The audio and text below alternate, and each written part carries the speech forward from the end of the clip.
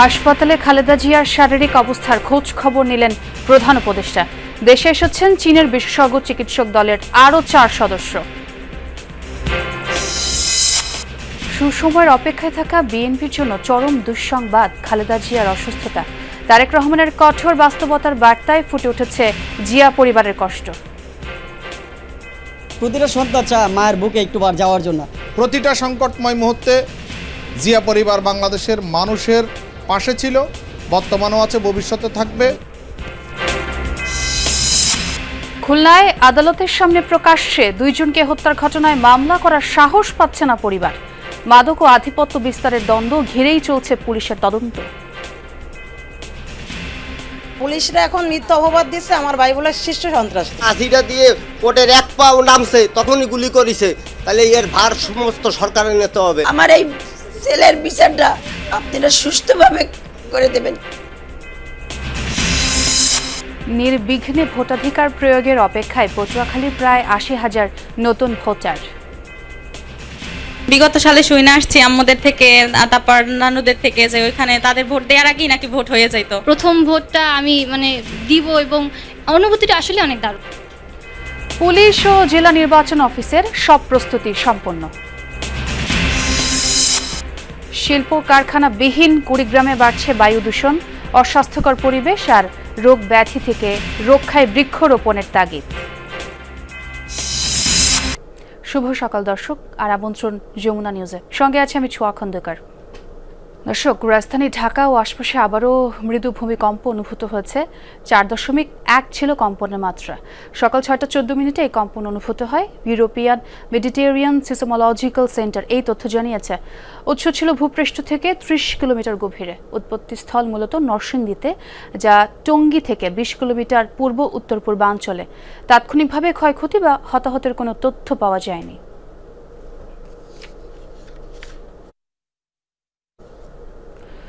BNP চেয়ারপারসনের শারীরিক অবস্থার খোঁজ খবর নিতে বুধবার সন্ধ্যায় এভারকেয়ার হাসপাতালে যান প্রধান উপদেষ্টা ডক্টর মোহাম্মদ ইউনুস। সেখানে তাকে স্বাগত জানান বিএনপি মহাসচিব। মেডিকেল বোর্ডের চিকিৎসকদের সাথে নিয়ে সরাসরি খালেদা জিয়ার কাছে যান ডক্টর ইউনুস। এখনও তার অবস্থা অপরিবর্তিত। গত রাতেই দেশে এসেছে চীনের বিশেষজ্ঞ চিকিৎসক দলের আরও 4 সদস্য। সন্ধ্যা 7টায় খালেদা জিয়ার শারীরিক অবস্থার খোঁজ নিতে এভারকেয়ার হাসপাতালে আসেন প্রধান উপদেষ্টা ডক্টর মোহাম্মদ ইউনুস। তাকে স্বাগত জানান বিএনপি মহাসচিব। পরে ব্যক্তিগত চিকিৎসক ডাক্তার AJM জাহিদ হোসেন এবং মেডিকেল বোর্ডের প্রধান শাহাবুদ্দিন তালুকদারকে সাথে নিয়ে খালেদা জিয়ার চিকিৎসার সরাসরি অগ্রগতি সম্পর্কে জানতে চান ডক্টর ইউনুস। গত 23 নভেম্বর থেকে এভারকেয়ার হাসপাতালে চিকিৎসাধীন বিএনপি চেয়ারপারসন বেগম খালেদা জিয়া। অবস্থা গুরুতর হলে 27 নভেম্বর তাকে সিসিইউতে স্থানান্তর করা হয়। এরপর থেকেই দলের নেতাকর্মী সহ অনেকে উদ্বিগ্ন হয়ে ভিড় করতে থাকেন হাসপাতালের গেটে। দোয়া করতেছি, জায়গা মসজিদে পড়তেছি দোয়া, নিজের বাড়িতে পড়তেছি দোয়া। তো ওনারে খুব দরকার, ওনার সুস্থ দরকার। প্রত্যেকটা দল যাকে মানে আমাদের দেশনেত্রী বেগম খালেদা জিয়ার এখন আমরা চাই আরো দীর্ঘ সময় আমাদের মাঝে থাকুক এবং দেশকে নেতৃত্ব দেব। আমরা নেত্রী পাবো বা নেতা পাবো, কিন্তু এই নেত্রী আমরা পাবো। আসলে কি বিকল্প বলতে কিছু থাকে? ম্যাডামের বিকল্প কি আসলে কাউকে পাওয়া যাবে? খালেদা জিয়ার চিকিৎসার সহায়তায় এরই মধ্যে কাজ শুরু করেছেন যুক্তরাজ্য থেকে আসা বিশেষজ্ঞ চিকিৎসক রিচার্ড বিলি। খালেদা জিয়ার স্বাস্থ্যের অবস্থা জানিয়ে সবাইকে ধৈর্য ধারণের আহ্বান জানান ব্যক্তিগত চিকিৎসক AJM জাহিদ হোসেন। তিনি জানান তারেক রহমান লন্ডন থেকে সার্বক্ষণিকভাবে চিকিৎসার খোঁজ খবর রাখছেন এবং নির্দেশনা দিচ্ছেন। খালেদা জিয়ার শারীরিক অবস্থা অপরিবর্তিত থাকলে দ্রুতই দেশে ফিরে আসবেন তিনি। তিনি আরও জানান বিএনপি চেয়ারপারসনকে বিদেশে নিয়ে চিকিৎসার বিষয়ে সিদ্ধান্ত জানাবে মেডিকেল বোর্ড। এজন্য যাবতীয় প্রস্তুতি নিয়ে রেখেছে বিএনপিও। সরকার বিএনপি চেয়ারপারসনকে ভিভিআইপি ঘোষণা দেওয়ার পর নিরাপত্তার দায়িত্বে রয়েছে SSF ও PGR। তানজিম শাফিন, যমুনা নিউজ, ঢাকা। দর্শক, এখন পর্যন্ত আমরা যতটুকু আপনাদের জানিয়েছি তার অবস্থা অপরিবর্তিত রয়েছে। আমরা প্রত্যেকদিনই আমার সহকর্মীদের মাধ্যমে সেই আপডেট আপনাদের জানাচ্ছি। এখনও তার ব্যতিক্রম হবে না। আমরা সরাসরি যুক্ত হব রাজধানীর এভারকেয়ার হাসপাতালে। সেখানে আছেন আমার সহকর্মী তানভীর সিদ্দিক টিপু। টিপু, শুনতে নিশ্চয়ই আমাকে শুনতে পাচ্ছেন আপনি? আমরা জানি তার বর্তমান অবস্থা যদি জানতে চাই, সেক্ষেত্রে চিকিৎসকের পক্ষ থেকে কিংবা দলের পক্ষ থেকে একটা আনুষ্ঠানিক ব্রিফিংয়ের জন্য আমাদের অপেক্ষা করতে হবে। সেই ব্রিফিংটা এখন না, সেটা আপনার হয়ে বলতে চাই, সেই সময়টি একটু জানাবেন আমাদের।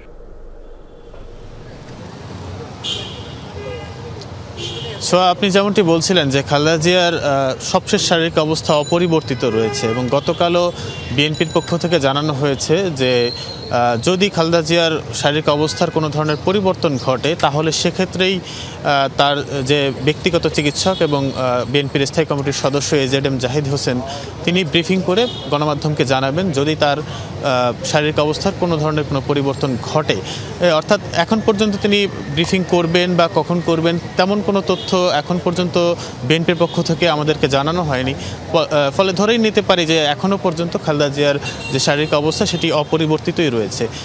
জানিয়ে রাখি যে গতকাল রাতে কিন্তু চীন থেকে একটি বিশেষজ্ঞ চিকিৎসক দল তারা এভারকেয়ার হাসপাতালে এসে পৌঁছেছেন। 4 সদস্য বিশিষ্ট সেই চিকিৎসক দলটি আগে যে বোর্ড গঠন করা হয়েছে খালেদা জিয়ার চিকিৎসার জন্য দেশি বিদেশি চিকিৎসকদের সমন্বয়ে যে বোর্ড গঠন করা হয়েছে অধ্যাপক শাহাবুদ্দিন তালুকদারের নেতৃত্বে 12 সদস্যের সেই বোর্ডের সাথে তারা যুক্ত হয়েছেন এবং গতকাল যুক্তরাজ্য থেকেও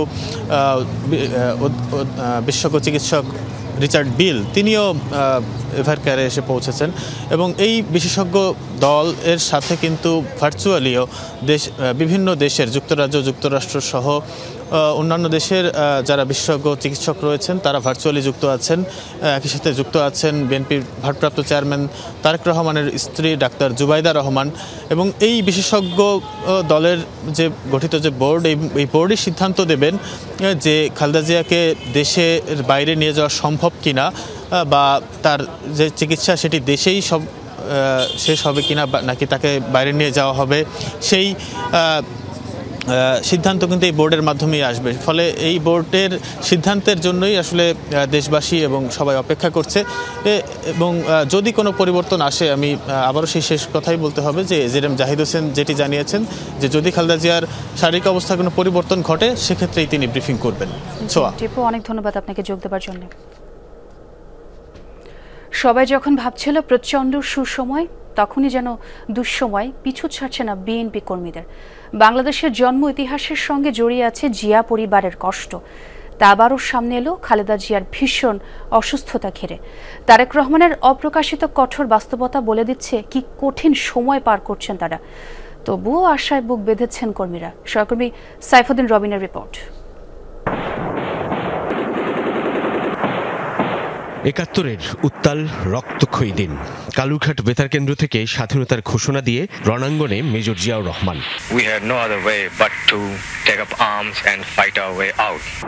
ঢাকায় পালিয়ে এলেও গ্রেফতার এড়াতে পারেননি খালেদা জিয়া।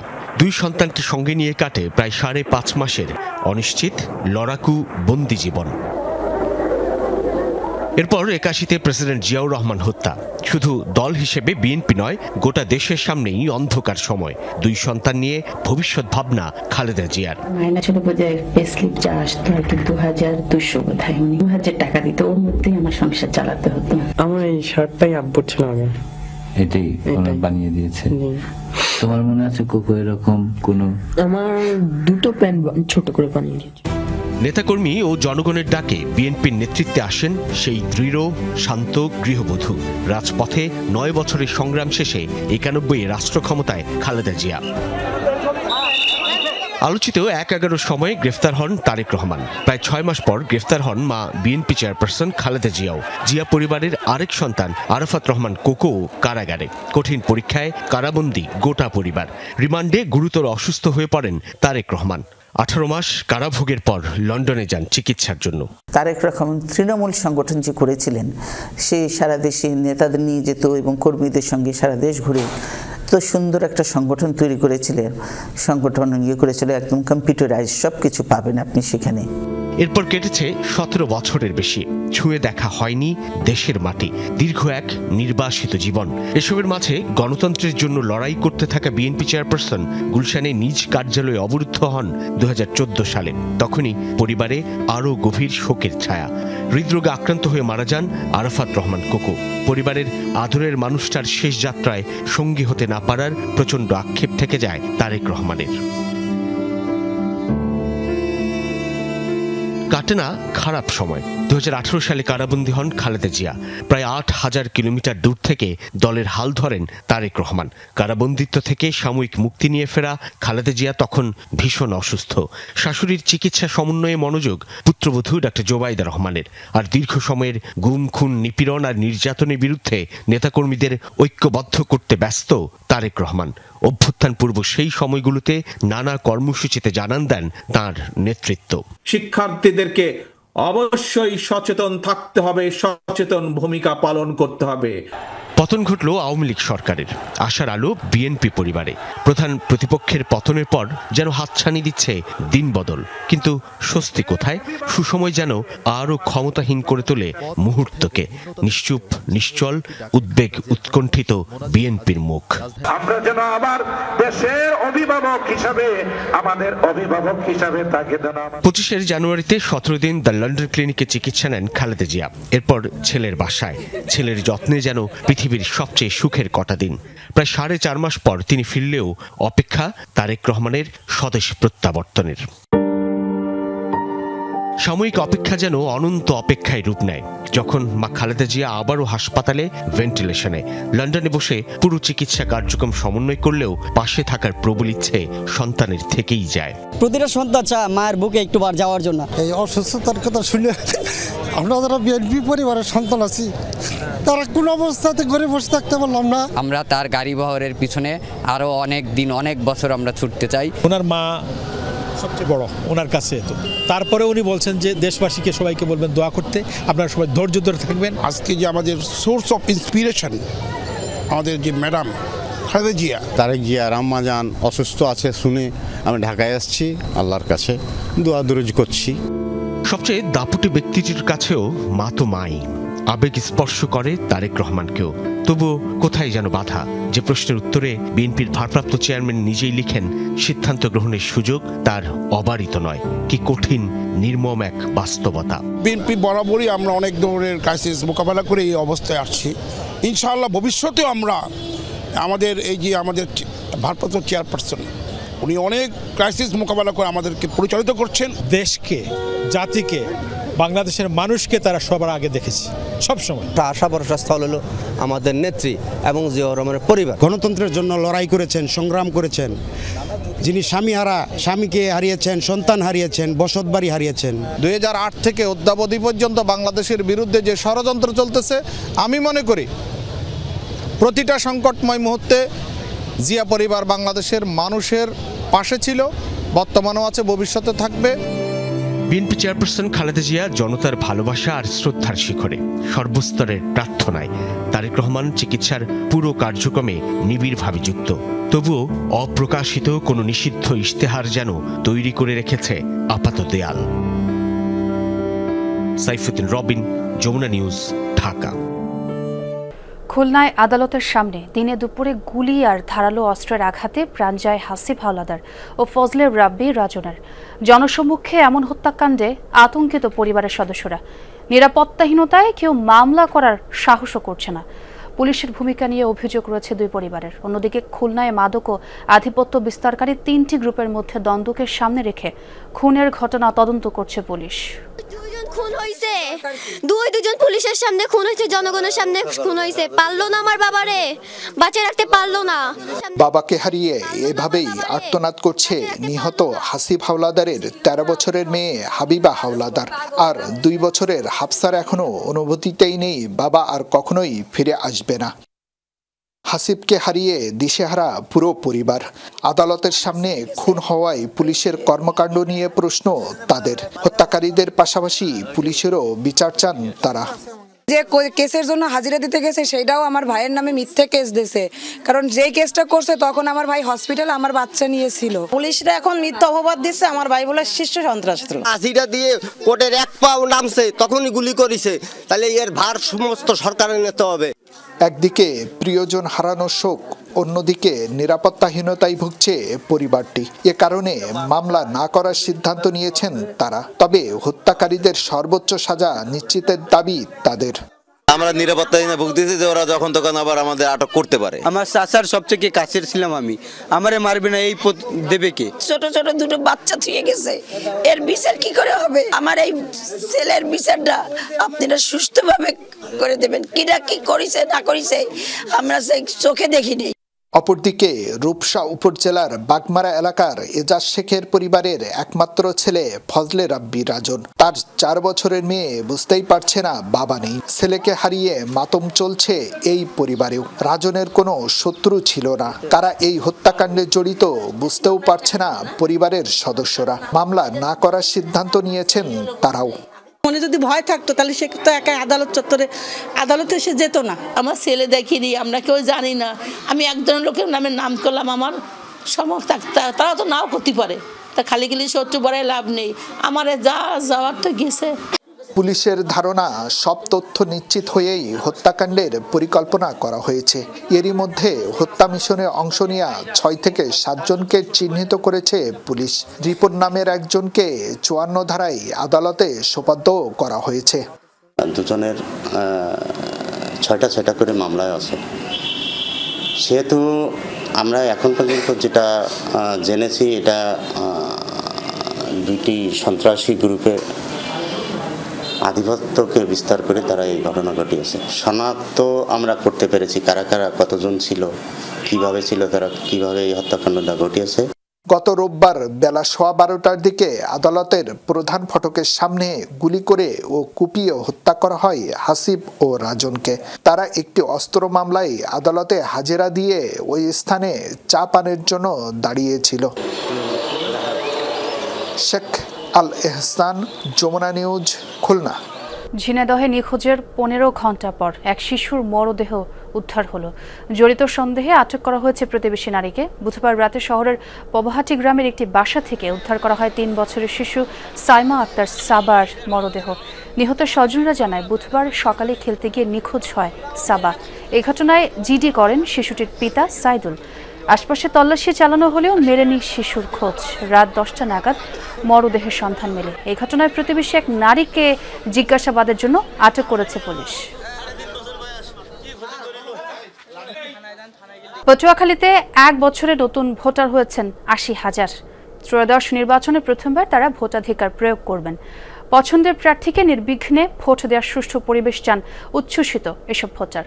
নতুন বাংলাদেশ বিনির্মাণে নির্বাচিতরা ভূমিকা রাখবে, এমনটাও তাদের প্রত্যাশা। এদিকে নির্ধারিত কেন্দ্র সহ আইন শৃঙ্খলার সব প্রস্তুতি সম্পন্ন জানালেন পটুয়াখালীর পুলিশ সুপার ও জেলা নির্বাচন কর্মকর্তা।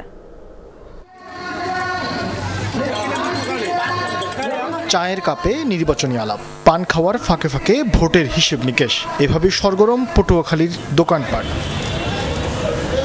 দীর্ঘ 17 বছর পর ভয় ডরহীন ভোট দেওয়ার প্রস্তুতি নিচ্ছে এই এলাকার মানুষ। উৎসব মুখর প্রস্তুতি চলছে তরুণ ভোটারদেরও। অনেকের জন্যই এবারই যে প্রথম ভোট।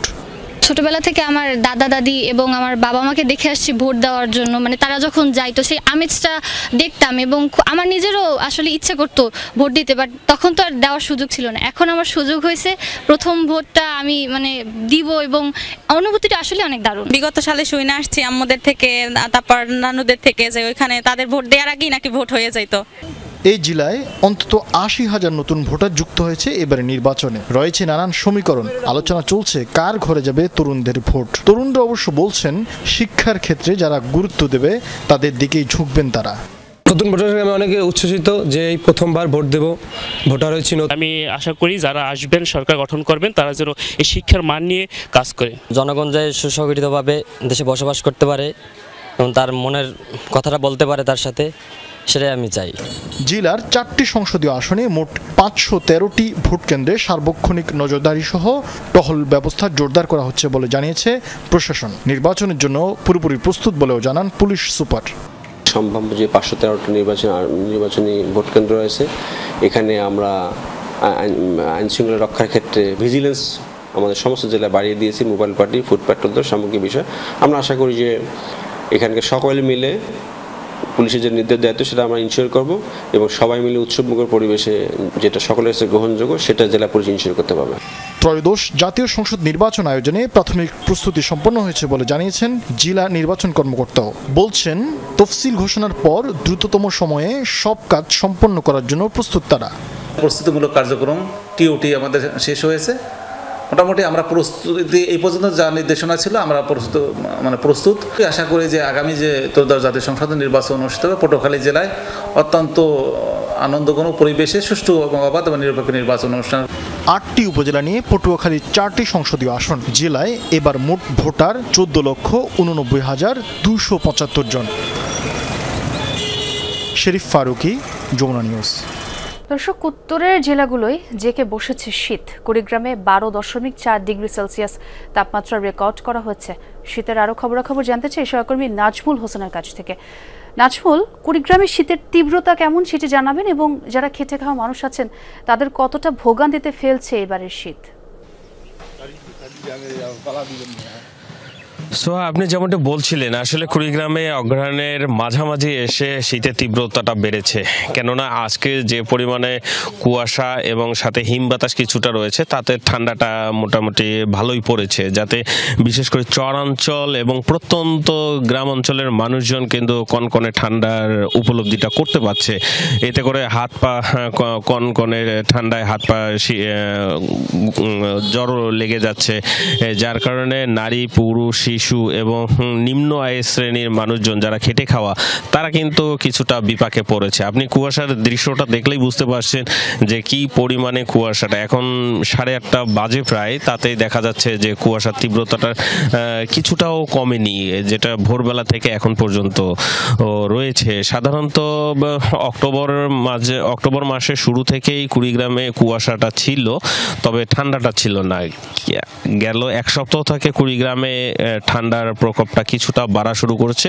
আমরা যদি বলি 2-3 দিন থেকে কনকনে ঠান্ডা, হিম বাতাসের কারণে এই 16টা নদ নদীর জেলা প্রায় 5.5 শতাধিক চরাঞ্চলের মানুষজন কিন্তু বিপাকে পড়তে শুরু করেছে। আবহাওয়া অফিস সূত্রে জানতে পেরেছি যে ডিসেম্বরের মাঝামাঝি এবং শেষ সপ্তাহে মৃদু থেকে মাঝারি ধরনের শৈত্যপ্রবাহ বয়ে যাওয়ার একটা পূর্বাভাস তারা দিয়েছে। আর কুড়িগ্রামে এই ঠান্ডার মধ্যেও তাদের যে তথ্য 10 থেকে 12 কিলোমিটার ঘন্টায় গতিবেগ বাতাসের রয়ে যায়, যার কারণে এই অঞ্চলের মানুষের ঠান্ডাটা বেশি উপলব্ধি করতে হচ্ছে। আর জেলা স্বাস্থ্য হাসপাতালগুলোর সূত্র আমরা জানতে পেরেছি যে কুড়িগ্রামের জেনারেল সহ অন্যান্য হাসপাতালগুলোতে দেখা যায় যে শীতজনিত রোগীর সংখ্যাগুলো বেড়ে চলছে। জি নাজমুল, এই অবস্থাতে আসলে শীতের যে অবস্থাটা দেখছি, রোগের প্রকোপটা বাড়বে, এটাই স্বাভাবিক। আসলে সচেতন হওয়া ছাড়া কোনো বিকল্প নেই। ধন্যবাদ নাজমুল, আপনিও সচেতন থাকবেন। নেই ভারী শিল্প কারখানা, তবুও কুড়িগ্রাম জেলায় বেড়েই চলেছে বায়ু দূষণ, যা জলবায়ু পরিবর্তনের প্রভাবকে ত্বরান্বিত করছে। বায়ু দূষণ আর আবহাওয়ার পরিবর্তনে দেখা দিয়েছে নানা ধরনের রোগ ব্যাধিও। আক্রান্তদের বেশিরভাগই নারী, শিশু আর বৃদ্ধরা। বায়ু দূষণ রোধে বেশি বেশি বৃক্ষরোপণের তাগিদ দিয়েছেন পরিবেশবিদরা। নদ নদী বেষ্টিত জেলা কুড়িগ্রাম। ভোর থেকে শুরু হয় বাসিন্দাদের ছুটে চলা। কেউ মাঠে, কেউ হাটে, কেউ আবার নদীপথে যায় রোজগারের খোঁজে। স্বাধীনতার পর জেলায় গড়ে ওঠেনি ভারী কোনো শিল্প প্রতিষ্ঠান, ফলে এখানকার প্রায় 80% মানুষ কৃষি নির্ভরশীল। অথচ দিন যতই গড়াচ্ছে উদ্বেগজনক হারে বাড়ছে বায়ু দূষণ। এতে শ্বাসকষ্ট সহ বিভিন্ন রোগে আক্রান্ত হচ্ছেন নারী, শিশু আর বৃদ্ধরা। বয়স্ক লোকজন থেকে শুরু করে বাচ্চাদেরও বিভিন্ন রোগে আক্রান্ত হচ্ছে। বায়ু বাতাস হলে ধুলে উড়ে চোখ বন্ধ করে হয়ে যায়, চোখ লাল হয়ে যায়, নিঃশ্বাস বন্ধ হয়ে যায়। পর্যাপ্ত বৃষ্টিপাতের অভাবে বছরের বেশিরভাগ সময় জেলার নদ নদীগুলো শুকনো থাকে। এতে চরের সৃষ্টি হয়। পরবর্তীতে সেখানে জমে থাকা ধূলিকণা বাতাসে মিশে দূষণের মাত্রা আরও বৃদ্ধি করে। এছাড়া যানবাহন ও অবৈধ ইটভাটার কালো ধোঁয়া এবং ভারতের আসাম, পশ্চিমবঙ্গ ও মেঘালয় রাজ্যের শিল্পাঞ্চল কয়লা চালিত বিদ্যুৎ কেন্দ্র থেকে উৎপন্ন ধোঁয়া বায়ুর সাথে মিশে জেলার পরিবেশ অস্বাস্থ্যকর করছে বলে মনে করেন স্থানীয়রা।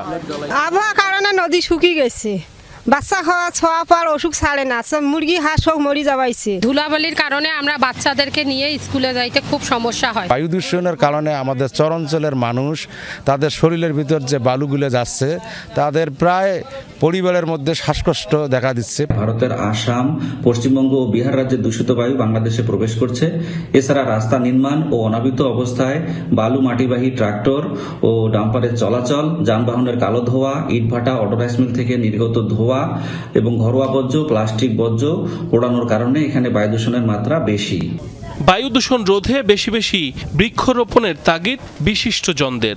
স্বাস্থ্য সচেতনতার পাশাপাশি মাস্ক ও চশমা পরার পরামর্শ দিচ্ছেন চিকিৎসকরা। বিভিন্ন ধরনের বৃক্ষ, বিশেষ করে নিম জাতীয় বৃক্ষ সবচেয়ে বেশি বায়ু দূষণ রোধ করে। তাছাড়া বট জাতীয় বৃক্ষ এবং অন্যান্য বড় বড় বৃক্ষ লাগালে তারা এই বালিকণা বা দূষিত বায়ুকণাকে আটকে দিতে পারে। বায়ু দূষিত হলে সেটা জলবায়ুর উপরও প্রভাবিত করে এবং সেটি কুড়িগ্রামের স্বাস্থ্যসহ সকল খাতের উপর একটি নেতিবাচক প্রভাব ফেলবে। অ্যাজমা সহ বিভিন্ন ক্রনিক অবস্ট্রাকটিভ পালমোনারি ডিজিজ বলে এবং নিউমোনিয়াও হতে পারে এবং সেই সাথে স্ট্রোক, হার্ট অ্যাটাক এবং চোখের ছানি পড়া রোগও হতে পারে। তো এগুলোর ব্যাপারে আমাদের প্রতিরোধমূলক ব্যবস্থা নিতে হবে, আমাদের স্বাস্থ্য সম্পর্কে সচেতন হতে হবে। সাইফ আহমেদ, যমুনা নিউজ। রোগীর চাপে হিমশিম বাগেরহাট 250 শয্যা জেলা হাসপাতাল। নিয়মিত রোগীদের পাশাপাশি সম্প্রতি বেড়েছে ঠান্ডাজনিত ও ডেঙ্গু রোগীদের আনাগোনা। শয্যা সংকটে মেঝে ও বারান্দায় নিতে হচ্ছে চিকিৎসা। প্রকট হয়ে উঠেছে দীর্ঘদিন ধরে থাকা চিকিৎসক ও নার্স সংকটও। মেঝে, বারান্দা কিংবা করিডোর, শয্যা সংকটে যেখানে জায়গা মিলছে সেখানে বিছানা পেতে চিকিৎসা নিচ্ছেন রোগীরা। এই দৃশ্য বাগেরহাট 250 শয্যা হাসপাতালের। নিয়মিত রোগীদের পাশাপাশি কয়েকদিন ধরে যোগ হয়েছে ঠান্ডাজনিত এবং ডেঙ্গু রোগী। ধারণ ক্ষমতার চেয়েও বেশি রোগীর কারণে সৃষ্টি হয়েছে এমন পরিস্থিতি। নিরুপায় সেবা প্রত্যাশী ও স্বজনদের দিন কাটছে চরম ভোগান্তিতে। মশাটা একটু কারণ মশারি টাঙ্গায় না, পরে বেড পাচ্ছি না, অনেক লোকজন আছে বেডের জন্য বেড পাচ্ছি না। আমরা বাথরুমের পাশে আমরা বেড নিয়ে আসছি, এখন উপায় নেই, গরিব মানুষ কি করব বলেন। 4 দিন ধরে এখানে ভর্তি হয়েছে, এখনো কোনো বেড পাই নাই। অসংখ্য রোগী এখানে থাকতে খুব সমস্যা হচ্ছে। শুধু ভোগান্তিই নয়, চিকিৎসক নার্সদের বিরুদ্ধে অসদাচরণ সহ নানা অভিযোগও করেন রোগী ও তাদের স্বজনরা। সংশ্লিষ্টদের সরল স্বীকারোক্তি, চাপ সামলাতে হিমশিম খাচ্ছেন তারা। বলছি এতে কি দুবারে কোনো ঔষধ আছে রুগীর? কয় দুবারে কোনো ঔষধ নাই। আমি অন্য এক নার্স দেখাইছি, কইছি দুবারে ঔষধ আছে।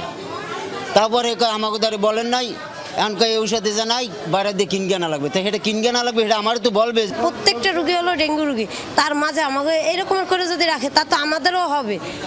এইটা কেন ডাক্তার মেনটেন করে না? প্রতিদিন আরো রোগী ভর্তি হচ্ছে, এত রোগীর রোগ তো আসলে এখানে চিকিৎসা দেওয়া সম্ভব হচ্ছে না। মশারি ঠিক মতো ওরা টানাতে পারতেছে না। আমাদের এত রোগীর চাপ, আমরা আসলে পেরে উঠতেছি না। রোগীর তুলনা নার্সের সংখ্যার তুলনায় রোগী 4 ডবল। এমন রোগীর চাপ যে হাসপাতালে, সেখানে শয্যা সংকটই একমাত্র নয়, রয়েছে চরম জনবল সংকটও।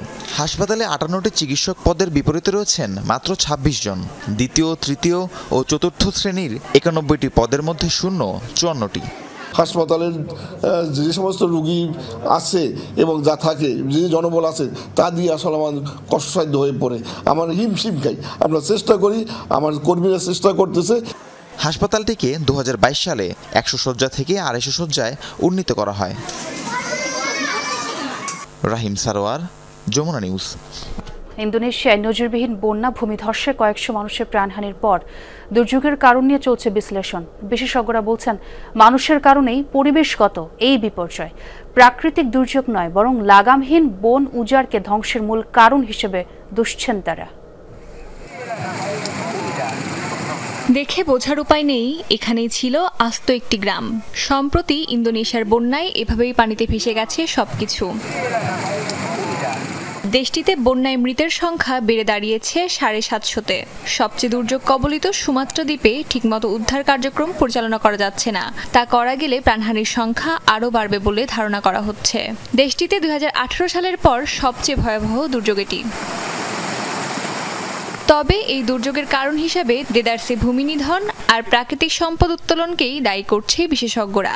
দশক জুড়ে চলা বন নিধনের ফলে বৃষ্টির পানি ধরে রাখতে সাহায্য করা গাছপালা কমেছে আশঙ্কাজনকভাবে। গ্লোবাল ফরেস্ট ওয়াচের তথ্য অনুযায়ী 2001 থেকে 2024 সাল পর্যন্ত উত্তর সুমাত্রায় হারিয়েছে 16 লাখ হেক্টর বনভূমি।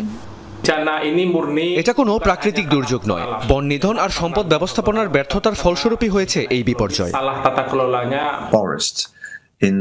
60-এর দশক থেকেই মূল্যবান কাঠ কাটা শুরু হয়। একসময় ভালো কাঠ শেষ হয়ে গেলে মানুষের চোখে আর বনভূমির অর্থনৈতিক মূল্য থাকেনি। এখন দ্বীপের মাত্র 25% জায়গায় গাছপালা আছে।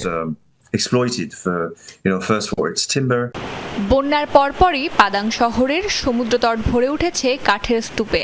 এর আগে এত অস্বাভাবিক পরিমাণ কাঠের গুঁড়ি দেখা যায়নি, দাবি স্থানীয়দের। আগেও এমন গুঁড়ি ভেসে আসতো, কিন্তু এখন পুরো সমুদ্র সৈকত ভরে গেছে। এত কাঠের গুঁড়ি ভেসে আসতে আগে দেখিনি। মানুষই গোপনে গাছ কাটে, আর তার শাস্তি আমরা পাচ্ছি। মাত্রাতিরিক্ত বন নিধন আর প্রাকৃতিক সম্পদ উত্তোলনের কারণে সুমাত্রার বিপর্যয়কে মানবসৃষ্ট দুর্যোগ বলছেন বিশেষজ্ঞরা। এরই মধ্যে 8টি কোম্পানিকে জিজ্ঞাসাবাদের নির্দেশ দিয়েছে পরিবেশ মন্ত্রণালয়। তবে দায়ী খাতগুলোতে সরকারের কঠোর ব্যবস্থা কতটা কার্যকর হবে তা এখনও স্পষ্ট নয়।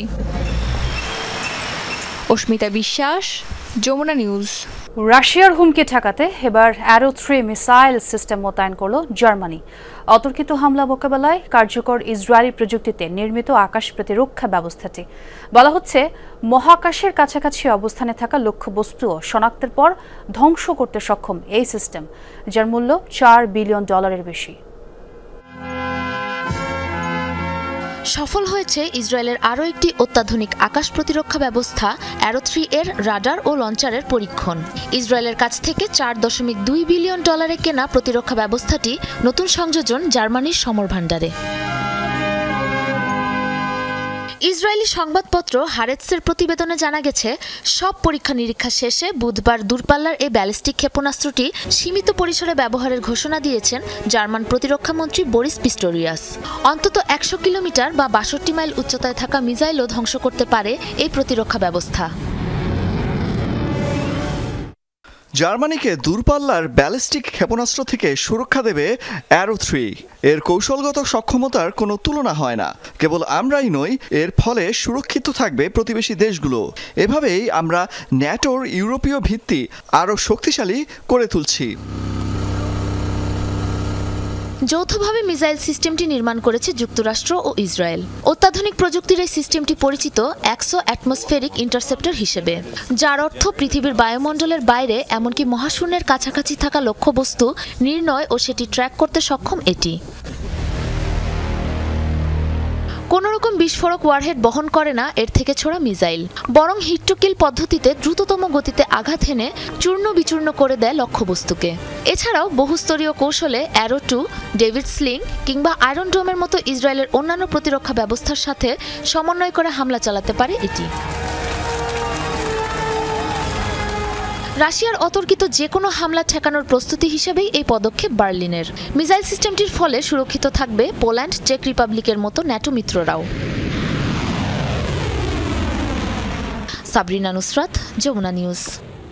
যুক্তরাষ্ট্রে আবারও বেড়েছে হামের প্রকোপ। কর্তৃপক্ষের হিসেবে কমপক্ষে 1800 শিশু আক্রান্ত। থ্যাঙ্কস গিভিং এবং ক্রিসমাস ডে উপলক্ষে দেশটিতে ভ্রমণকারীর সংখ্যা বৃদ্ধি পাওয়ায় বেড়েছে রোগটি ছড়িয়ে পড়ার শঙ্কাও।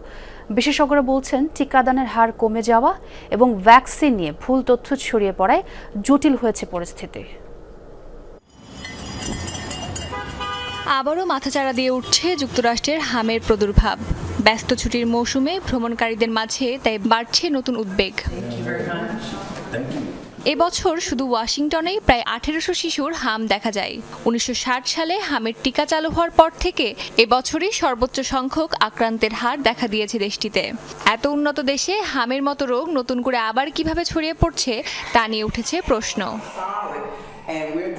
বিশেষজ্ঞদের মতে, টিকা গ্রহণ কমে যাওয়ার কারণেই বাড়ছে হামের বিস্তার। ভুল তথ্য ও বিভ্রান্তি বাড়ায় শক্তিশালী MMR টিকার উপর আস্থা কমছে সাধারণ মানুষের। অথচ 2 ডোজ নিলেই হাম থেকে শতকরা 98% সুরক্ষা মিলবে বলে জানাচ্ছে চিকিৎসকরা। জানি না কেন টিকা গ্রহণের হার কমছে, তবে টিকা সম্পর্কে বিভ্রান্তি রয়েছে মানুষের মধ্যে। আমাদের কাছে থাকা সবচেয়ে শক্তিশালী টিকাগুলোর মধ্যে একটি হলো MMR টিকা। 2টি ডোজ ব্যবহার করলে হামের সংস্পর্শে আসলেও 98% সুরক্ষিত থাকা যায়। একই সাথে ঠান্ডা মৌসুমে এক জায়গা থেকে অন্য জায়গায় গেলে রোগ ছড়ানোর আশঙ্কা আরও বাড়ে। বছর শেষে থ্যাঙ্কসগিভিং থেকে শুরু করে বড়দিন সব মিলিয়ে দেশ জুড়ে মানুষের যাতায়াত বেড়েছে কয়েক গুণ, ফলে বেড়েছে আক্রান্তের হার। ভ্রমণের অন্তত 2 সপ্তাহ আগে টিকা নেওয়া উচিত, কারণ শরীরে রোগ প্রতিরোধ ক্ষমতা তৈরি করতে কিছুটা সময় লাগে। এ অবস্থায় মার্কিন গবেষকরা বলছে, ভুল ধারণার বদলে তথ্যভিত্তিক পরামর্শের মাধ্যমে ভ্রমণের আগে তাই টিকা নিশ্চিত করা প্রয়োজন। তাহলে কমতে পারে হাম ছড়ানোর ঝুঁকি। অস্মিতা বিশ্বাস, যমুনা নিউজ। দর্শক, এই ছিল যমুনা নিউজে। এতক্ষণ যারা সঙ্গে ছিলেন সবাইকে ধন্যবাদ।